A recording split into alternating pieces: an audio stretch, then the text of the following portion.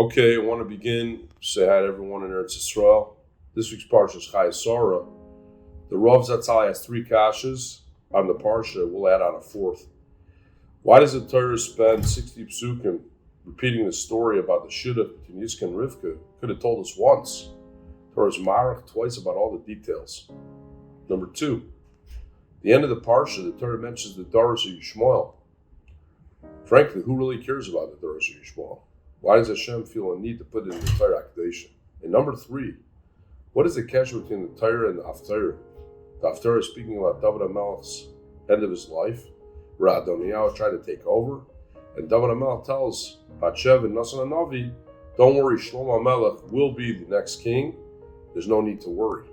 How is that related to the Parsha? And then lastly, we could add on, why would we call the Parsha Chai Sarah when it begins with the death of Sarah?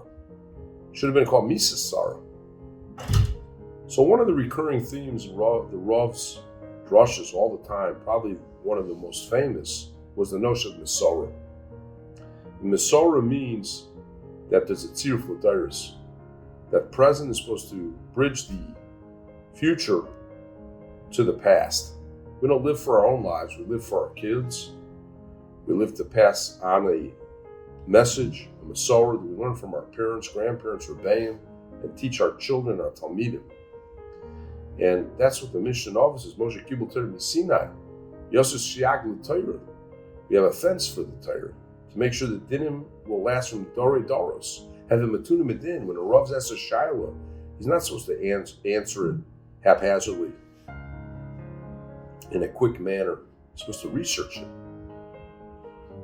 and realize that this din is correct, and make sure and ensure that this din will last l'dairis. Yosef Shiak l'Torah. The Rabbanan said we need fences for the Torah to ensure that we fulfill them.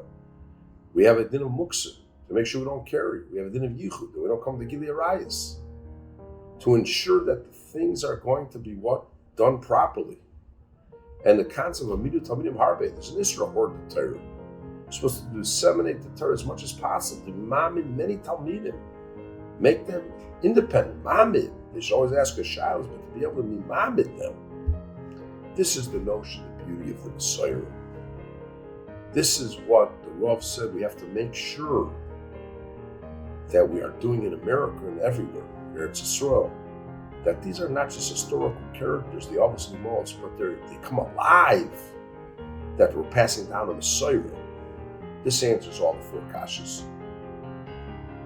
Avram changed the world from monotheism, belief in Yichud Hashem. He needed his son to partner with an Eish Chal to continue this legacy. That's why the Torah spends over 60 psukim. They had to find the right partner, the right Eish Chal that would help Yitzchak disseminate this message. And this is a stark contrast to Yishmael. All they do is have children. There's no message. There's no meaning. Hashem's trying to contrast our notion of having children in the Messiah as opposed to Yishmael. They just have children's generations, that's it. There's no meaningful message. There's no legacy. There's no Messiah.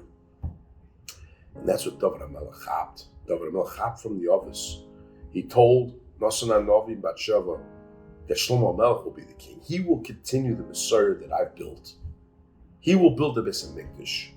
I didn't live my life for myself. I lived it to take from my previous generations and pass it down.